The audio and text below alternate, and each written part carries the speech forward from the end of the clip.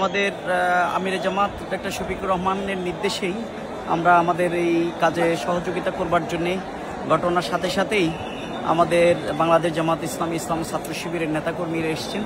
সবাই বিভিন্ন কাজে কাজ করছেন এবং উদ্ধার অভিযানে এলাকার ভাইয়েরা সহযোগিতা করছেন। মেডিকেলগুলোতে আমাদের ভাইয়েরা সার্ভিস দিচ্ছেন, রক্ত দিচ্ছেন।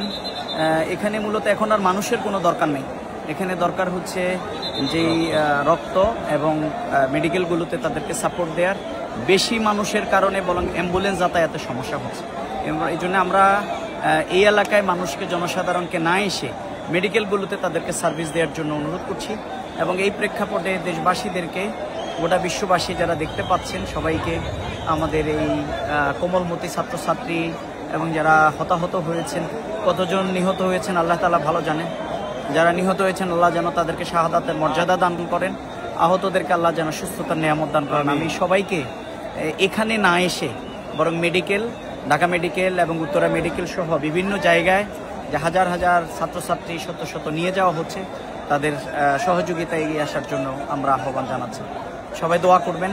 আমরা এই উদ্ধার কাজে আমাদের ভাইয়েরা আছেন, আমরা এখানে শেষ পর্যন্ত থাকব। আল্লাহ যেন সহজ করে দেন, আল্লাহ তার সাহায্যের চাদর দিয়ে যেন এই ঘটনাকে আবৃত করে রাখেন। আমরা আল্লাহর কাছে সেই দোয়াটাই করছি।